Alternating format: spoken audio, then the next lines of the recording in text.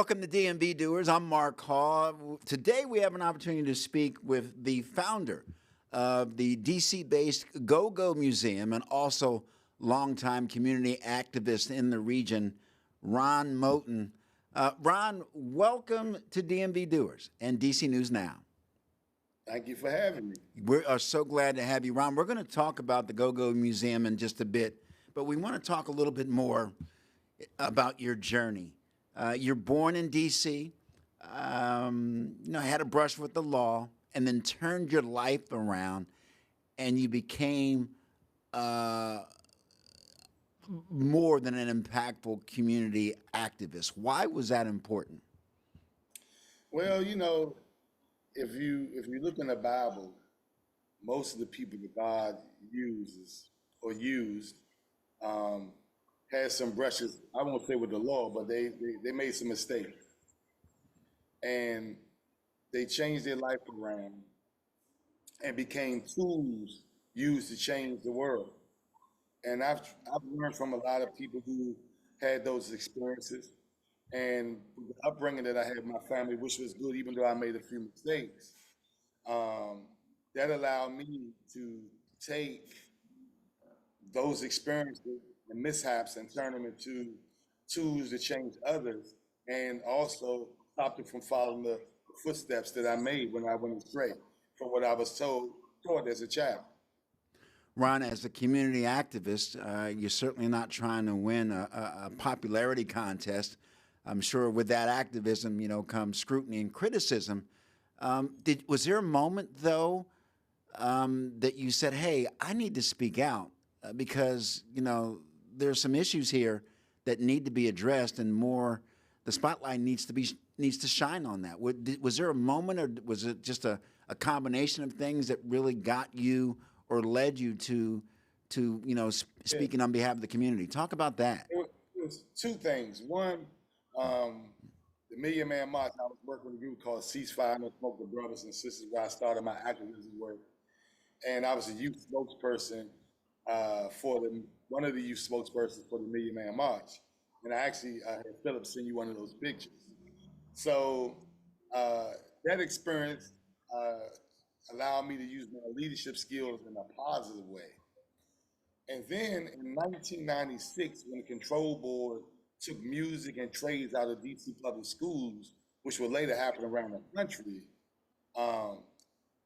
I remember protesting in the streets and leading young people in DC public schools to join us with Big G from the Backyard Band and others, where we shut down 14th Street protesting the government taking autonomy, the federal government taking autonomy from DC government at the time when Marion Barry was the mayor.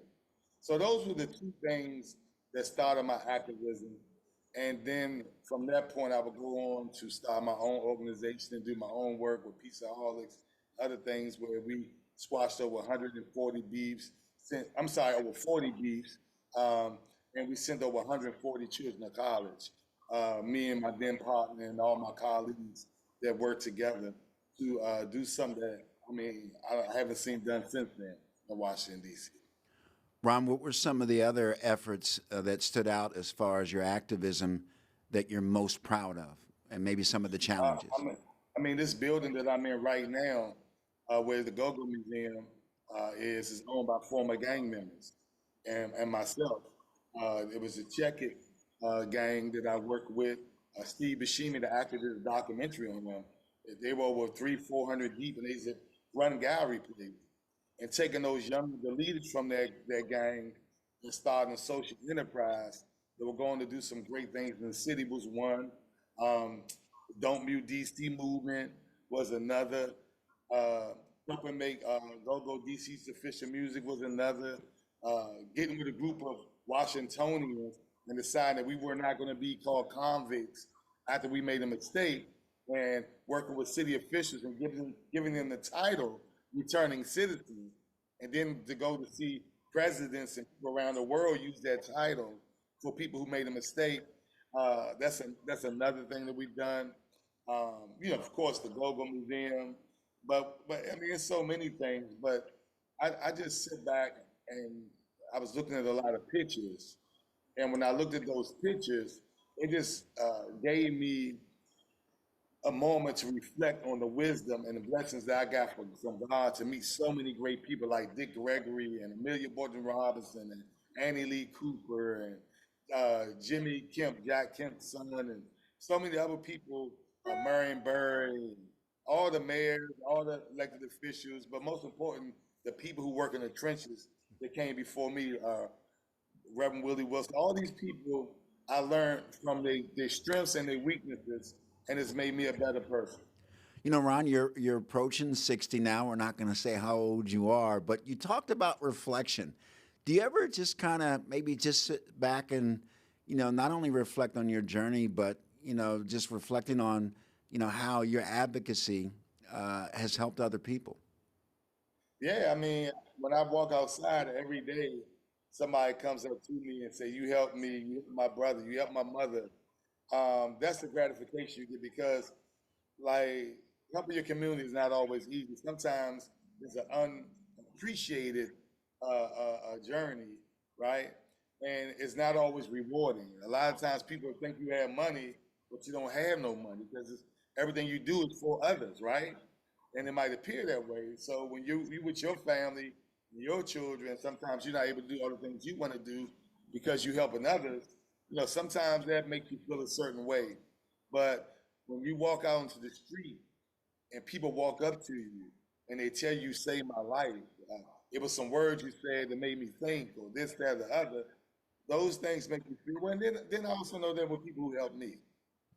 Well, Ron, obviously, with the work that you did and continue to do, I mean, there were sacrifices. Your time is so valuable. And maybe with those sacrifices, that could have, maybe prevented you from spending time with family and friends. Was that sacrifice worth it? I don't know, man. Like, I just lost my mom, and the only thing that was rewarding in that, because I feel like I should have spent more time with her. I mean, I spent time and I always was there for my mom, but one of her friends had told her how happy she had told them before she passed how happy she was with all the great things I've done to Hannah Cosby.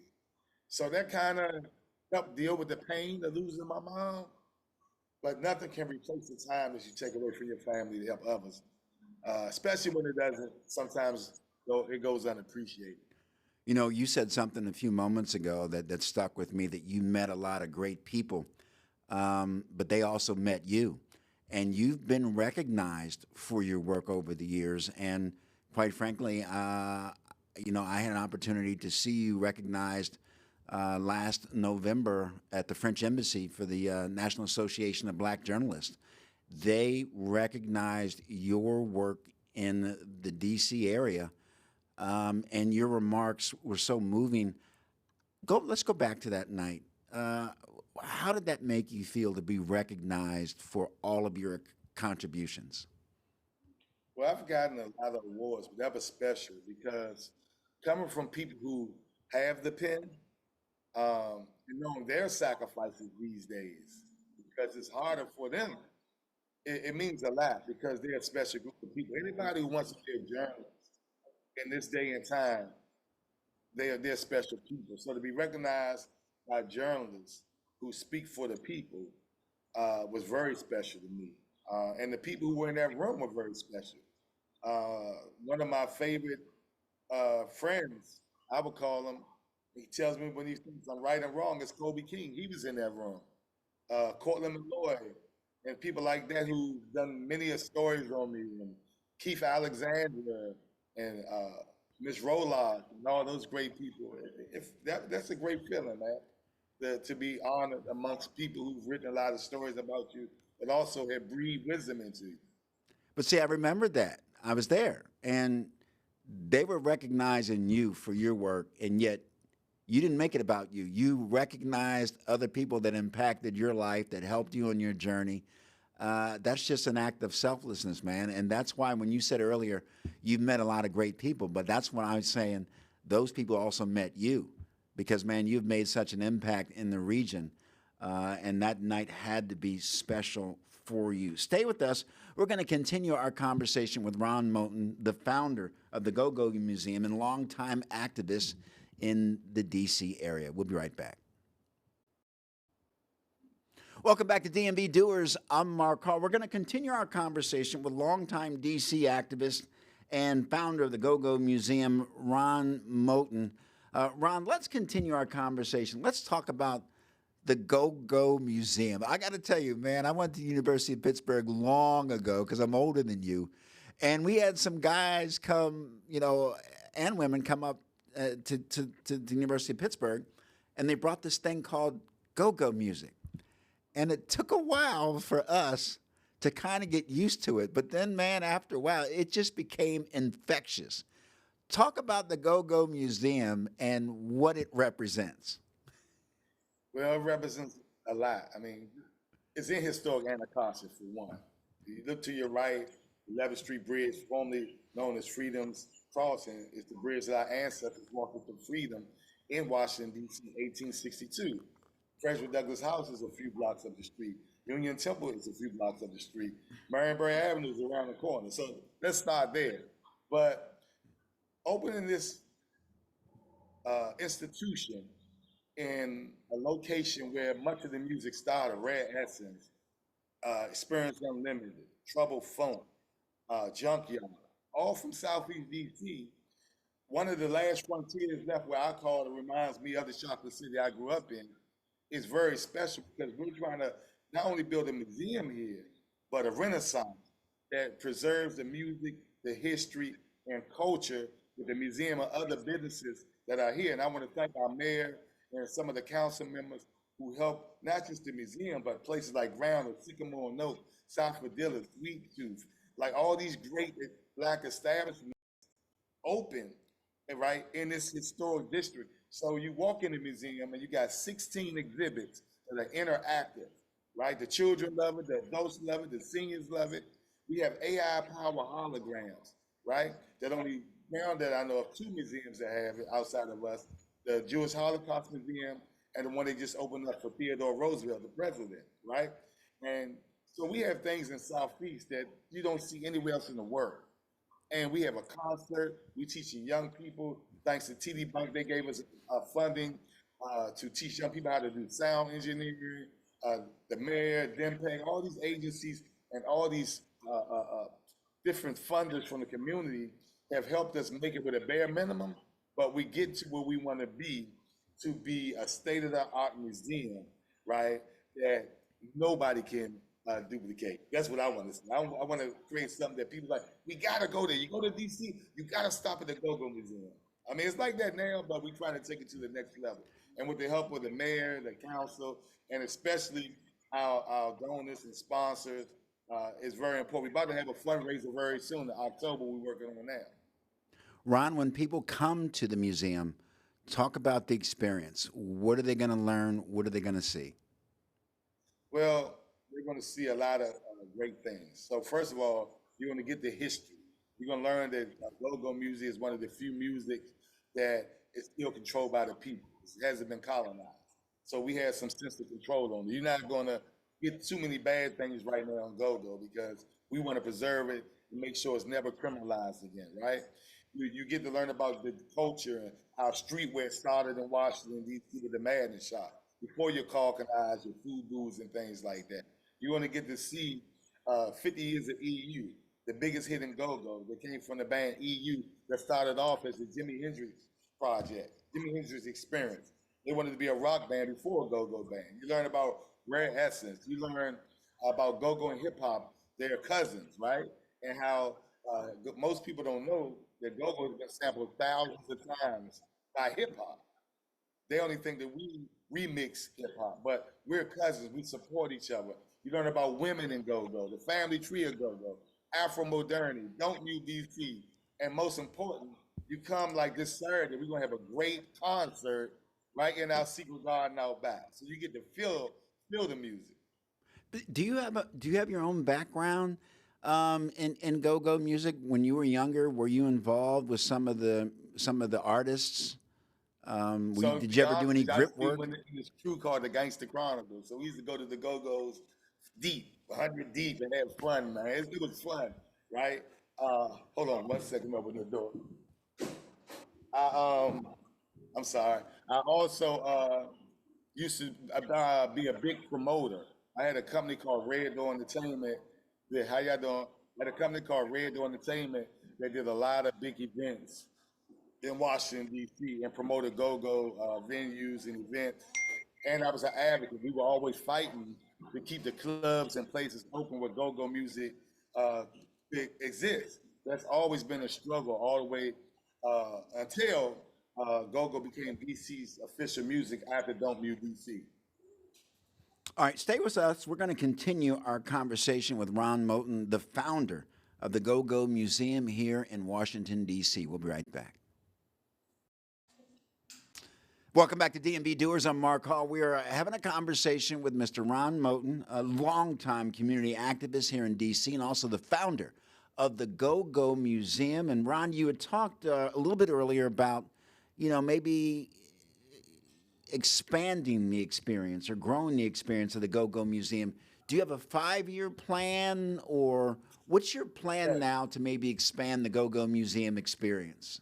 yes, we're working on something with Pepco now where we can upgrade our electric and put another kitchen outside and a bar outside. But our 5-year plan is to, if the economy changes, is to go up and do artist housing and expand the museum. Donnell's at the museum, which is next door, and the radio station that we have next door. We Act Radio. You talked earlier, Ron, about just the history of that building and, what used to take place there versus what's happening right now with the Go-Go Museum. Isn't that contrast?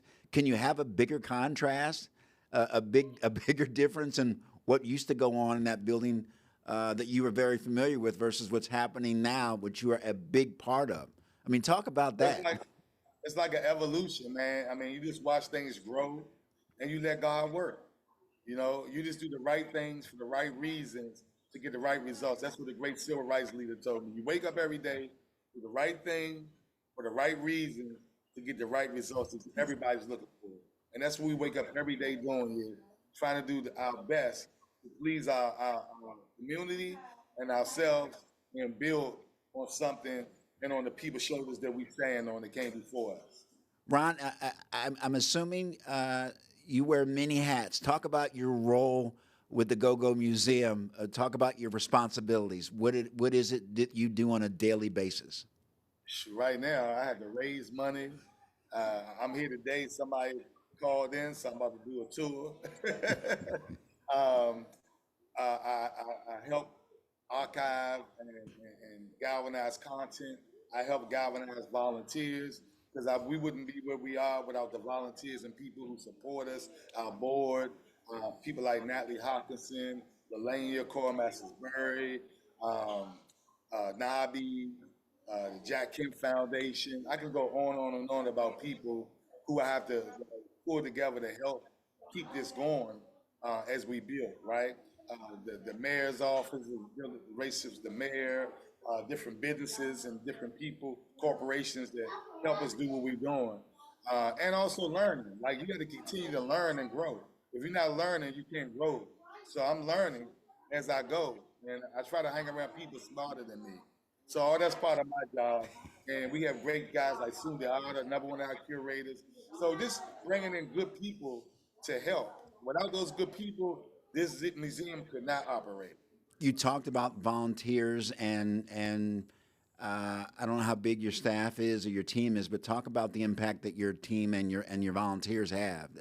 Like you said, it doesn't go Well, without them, right?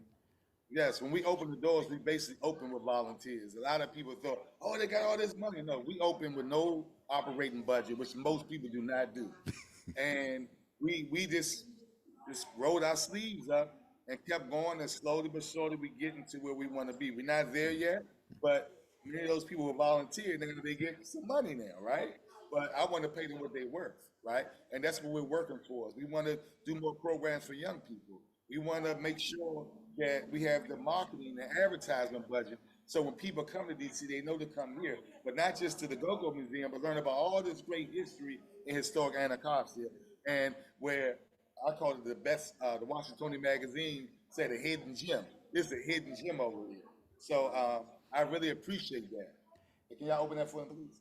You, So yeah. And my last question, Ron, is, you know, I know there's some challenging days that you probably have, but what keeps you That's going, one of my man? guys just came in right there, Cosby Digital. What keeps you going? What keeps you getting out of bed and going back to the museum? I'm sure there's some challenges because you, like you said, you wear many hats. But what keeps you going? What keeps you fired up? I tell people this, a couple of things. Success has enemies. Friction makes diamonds, right? And I just, I never stop until I win. I feel like we're winning, but we haven't gotten a victory yet. And I want to get to the point where I can pass this on to somebody else and then lay back and go to the next great thing. We're not there yet. I'm gonna keep pushing until we do that. And that's just been my life. I like to beat the odds. I think right here, what we're doing here, we're beating the odds. Nobody expected this to happen, you know, but we knew, and God knew it could happen. Ron Moten, you certainly beat the odds, my friend, and you are impacting lives. You continue to do that. We're so grateful that you took time out to chat with us. Appreciate you. Appreciate you, Ron And Moten. thank you for taking the time to let us tell our story here at the Go-Go Museum and Historic Anacostia, Washington, D.C. Also, we bringing back those freedom walks. So look up in October for the freedom walks that we're going to do across that bridge. Ron Moten, thank you so very much for your time. Thank you. Appreciate you.